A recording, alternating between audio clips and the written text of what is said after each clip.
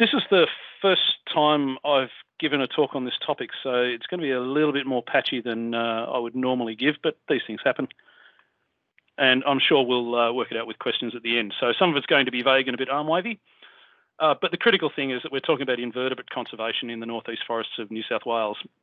So I'm at University of New South Wales, but the project team spans UNSW and the Australian Museum. And they haven't yet done the media release for it, so this is not an official announcement. I think the budget's overtaken all of that. It's been funded by the Australian Government's Wildlife and Habitat Bushfire Recovery Program. So there's a bit of a pot of money. I'll have a few more details in another slide a bit later. So timing. I don't think I need to remind anybody of what happened over the last summer and the extent of it. So the images here would be familiar to most of you, maybe not obviously the exact images, but the principle of it. Just the spatial extent, if you consider the upper right and lower left, the geographic distribution, but also the intensity of these fires. So given this is a museum audience, I would imagine a lot of people have done a bit of driving around the landscape since the fire. And since those, I've driven from Canberra down to the south coast, and more recently, just over the last weekend, I went camping just on the Shoalhaven River inland from Nowra. And just the degree of damage to the forests in those regions is enormous. So it's not your standard backburn bushfire. You lose your understory and a bit of the midstory. It's lost everything in a large number of places. So the impact of these fires is huge. It's not just the spatial extent, it's the intensity of the fires as well. And so that's caused a lot of damage. And people love to compare the size of Australia with Europe. How many Belgiums can you fit inside Tasmania and that sort of thing. I found this while doing an image search last night, and I think it's quite a good one. Just to give a sense of the scale of the fires last year, and this is Australia plotted over Europe. I am assuming, given the source, that the geographic coordinate system is correct and the scales are correct. Even if they're out by 10%, it doesn't really matter. Anything in the Australian image there is something that was a fire sometime in the preceding 12 months. So that spans the last fire season. Not every one of those locations that burnt is part of the mega fires or the giga-fires, but if you look down the eastern seaboard, that's where the majority of those fires were. So that's an enormous volume of land that went up in smoke last year. Obviously, the degree of intensity changes depending on where you are, but that region from Brisbane down through to southern Victoria is the part to focus on. That's where most of the fires were. So it's pretty big. That just puts it into a little bit of context. And there are other images going around you can look up comparing them, say, against the United States, Brazil, China, and similar sized countries.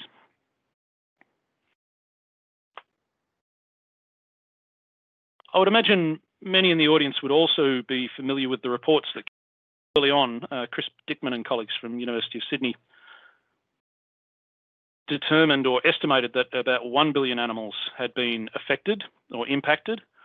They've since gone back over it, got more expert opinions and pulled more people in to get an estimate of how many animals would have been affected using, say, Atlas of Living Australia data. And the estimate now is about 3 billion animals are impacted by Australia's bushfire crisis. That's quite a lot. Now, most people start to interpret this as 3 billion animals killed. It's 3 billion impacted. So that could be that they were killed at the time, or it could be that they've had to relocate due to the fires. But that's still quite a lot of carnage. Now, of that 3 billion animals, about 143 million mammals is the estimate, 2.46 billion reptiles. That's quite a few. So everybody says we've got a lot of snakes in the country. Think about that. About 180 million birds and 51 million frogs are estimated to have been impacted by the bushfire crisis. So again, that's some pretty big numbers.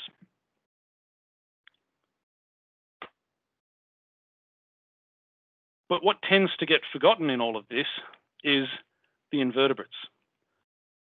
Invertebrates are, well, I shouldn't really just say an important part of the ecosystem, they're a critical part of the ecosystem. They make up about 75% of known terrestrial species. So that's a huge chunk. So if you've got 3 billion animals or vertebrates affected, think about how many invertebrates have been impacted by the fires. So these invertebrates provide essential services such as pollination, nutrient recycling, and I know there are people in the audience who are far more expert at invertebrates than I am, so I won't go on about that, but they're critical. They're key species in food webs is another reason why they're important. So these are essential. The problem is that they're often ignored. So invertebrates, as far as most people in the population are concerned, are snails that eat your vegetables, mosquitoes that bite you, ticks that bite you, leeches that suck blood from you, cockroaches get into your kitchen, all of those things that we tend not to like very much. But there are hundreds of species that have been affected by these fires, and extrapolate that out and think about the number of individuals that might have been affected. It could well number into the trillions. That's just a number I pulled off the back of my hand, so don't quote that one. But it will be an enormous number of individuals. And again, there are people in the audience who could say how many you would expect to find within one plot of ground, just in terms of abundances. So it's a huge number of individuals will have been impacted.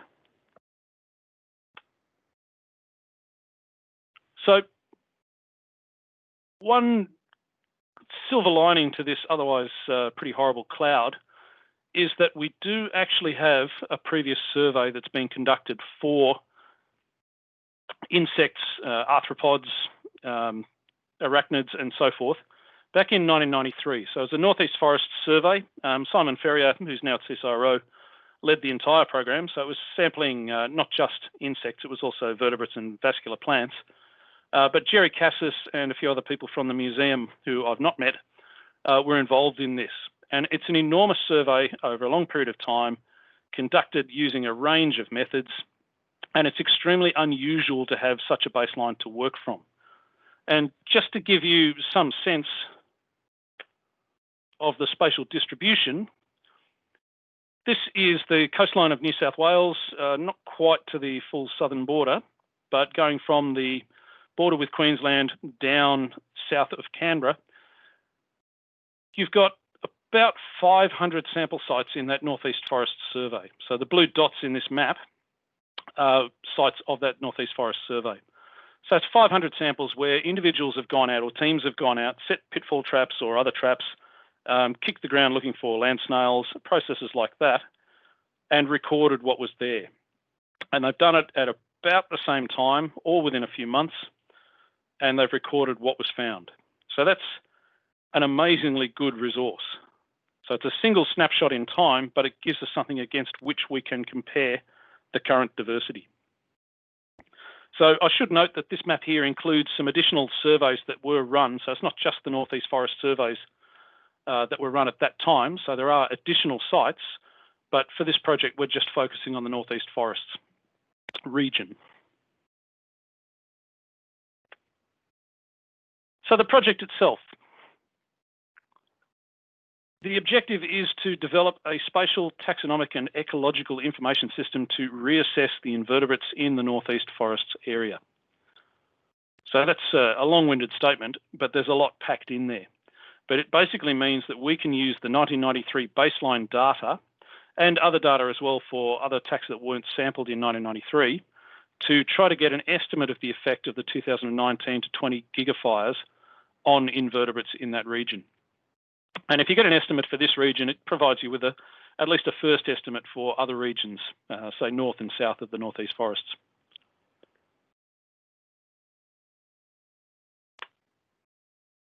And I did promise you before, so as I said before, it's funded by the Australian government, so Commonwealth funding. There was a pool of about $12 million allocated to this research, which is an amazing amount of money when you're dealing with research projects. I think that's the entire budget for one part of the ARC for a year for discovery projects. It's across 37 projects and done in 2 tranches or tranches. So that's a pretty big pool of money, and they've funded a large number of projects. So most of the people or most of the groups awarded were research institutes and universities, but there were also private industry, people going out and fencing areas off and so forth. So it spans research and practical application. So it's a pretty good program to be involved with. Now, the project team, I was going to put mugshots in here, but I ran out of time, but you don't need to see all our pictures. You can look them up later. We've got a team that spans geospatial, taxonomy, ecology, genetics, and artificial intelligence. So we've got a whole group of people together to deal with these tasks that will pop up in just a second. So for geospatial, that's me. That's my background. Adrian Fisher is a recent appointment into the School of Bees at UNSW. His expertise is leaning mostly into remotely sensed data, but of course, once you can deal with images in one system, you can deal with it across other systems. So he's also previously worked with what is now DeepEye, dealing with long-term time series data. In the taxonomy, Jerry Cassis, again, many of you would be familiar with him, so he's a bug systematist. And we've got 3 people from the museum, so it's great working with the museum people, Chris Reed, Frank Kohler, and Helen Smith. So that covers our taxonomic bases. If it was just me working on this project, I would misidentify 99% of the taxa, even if I had a manual with me. That's just not my skill set. So we need a broad team. Ecology and genetics, Will Cornwell does a whole lot of work in landscape scale ecology, even finer scale ecology, but also citizen science data and computational work. Bill Sherwin is primarily focused on the genetics. So if we can get the genetics, we can get an estimate of population dispersal or differentiation across fire gradients and processes like that. And the last person there, simply because I had to put a box somewhere, Arcot Somya is in engineering at University of New South Wales and will be developing applications where you can run out with a smartphone, take a photo of an insect and hopefully be able to identify it, certainly for a series of target taxa, which would be really cool if you can put that into the system and get a reasonable degree of accuracy. It's one way of very quickly increasing the spatial distribution of our knowledge of species distributions, plus or minus error, of course.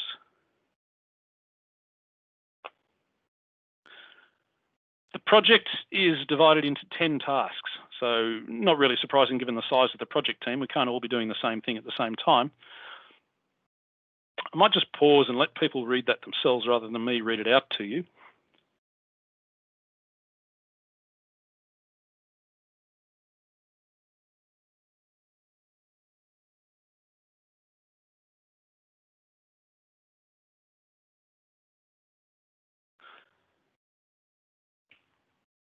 That should be enough. You can keep reading while I'm talking if necessary. It's lined up in approximate distribution of the sequence in which we'll do things. So stakeholder consultation, we have to talk to people and find out where things are, who's involved, and so forth. So there's workshops that we're planning that we'll be running. How we can run a workshop under the current environment, well, I guess it'll have to be a Teams meeting or something like that. It won't be everybody meeting at the pub, unfortunately. Stage 2 is where the museum is critical, is digitisation of historical collection data. So many of you would be familiar with the sheer number of records that exist that simply haven't yet been digitised. So hopefully we'll increase the range or the known geographic distribution of many of these taxa in a digital sense by identifying specimens in the database or specimens in the museum and digitising them, so adding to our digital knowledge. And that's critical. I'm sure there's all sorts of things tucked away in drawers that people know about, but just haven't yet had the chance to digitise. Once we have that, we can line them all up with our existing knowledge, so Australian Museum and ALA data more broadly, even GBIF if it gives us additional data over and above what the ALA already gives it. We can start to look at determination of habitat parameters. I've got some pictures that'll come up on that front in a second. Once we get a sense of the habitat parameters, that lets us identify survey sites, because we need to go into sites that have experienced a mixture of burn intensities. So for a given habitat condition, you want to ideally identify a location that's been pretty badly burnt, where we've previously sampled, then locations that were only moderately burnt, then locations that were not burnt at all, and ideally all within a reasonably short distance of each other. That will then allow us to select survey sites. So even with the amount of money we've got and the keenness of the people that we have, there is no chance that we will ever be able to go back to all of those 500 survey sites. It's just logistically not feasible. And I haven't mentioned this yet, but we've only got until the end of financial year to spend all the money. So that's the end of the project. We can't drag the money on beyond that. So we can't keep surveying later next year. So we'll need to identify a subset of sites that we can go visit. Once that happens, this is when the field teams go out. And again, the museum's running one part of it, UNSW will run another part of it. So surveys to determine presence or absence, or at least our best estimate of absence of these taxa, and ideally, if we can get it, their relative abundance. So are they abundant at a location or are they just quite rare? That then lets us feed these into species distribution models to gain a sense, again, coming back to number 3, more of the habitat parameters, and get an idea of could these species be widespread or will they be reasonably geographically constrained? And if they're constrained, then that turns them into species at risk. So if you have a very small geographic range, even if you're abundant, another gigafire that comes through could wipe out the entire population. And if the entire population is the full distribution of the species, that's it, they're gone. So once we can identify those species most at risk, we can identify a subset that should be nominated as threatened species, because not a huge number of these insect taxa are nominated as threatened, relatively speaking. Again, just because people tend not to work on them. Despite their importance, it's much more interesting for people to work on charismatic megafauna, slightly larger things that you can potentially cuddle or be cuddled by, depending on what you're working on.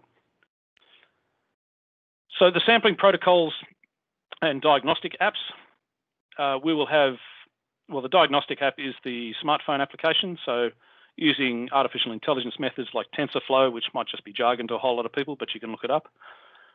Ideally, we should be able to take snaps of some of these insects and get a sense of what is where and why. That leads into selection of optimal sites for species recovery, and then ultimately capacity building workshops. So it's a continuous distribution there, starting out from try to work out what's going on, then identify where the taxa are, go find more of them or find if they're still there, move into nomination of threatened species, and then thinking of the longer term. So how do we keep identifying them reasonably efficiently? Where should we identify sites where we can do species recovery or at least fence it off, and then tell people about it?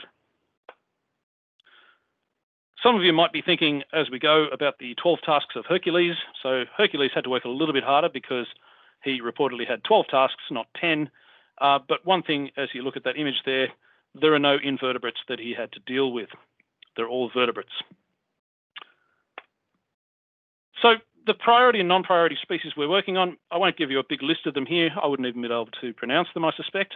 So we've got about 50 priority species from the federal list, and the federal list is something that we were involved with, or many of us on the grant were involved in identifying based on broad distributions from museum and ALA samples.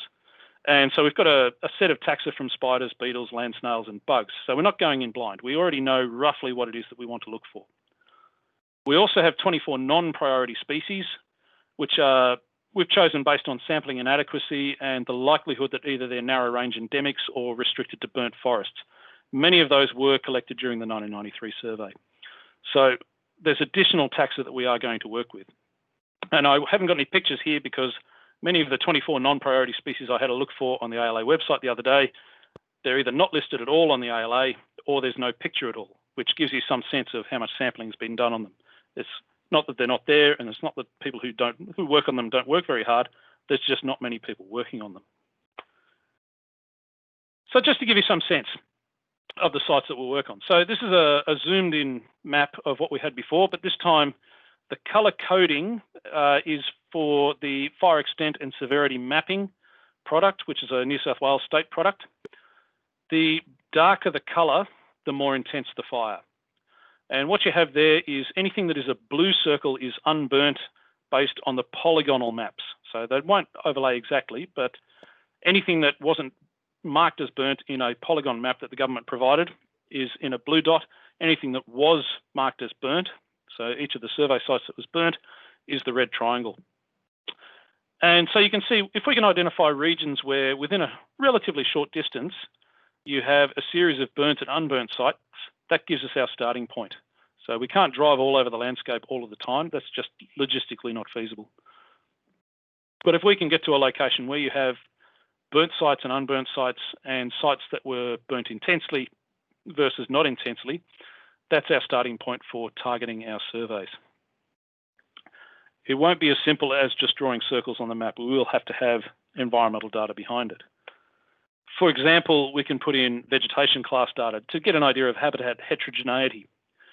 And the blue circles are a little bit difficult to see here, but this is the same. So this is the northern subset from that previous slide. There is one down in here. There's another one up in here, and there's another one hiding just over here.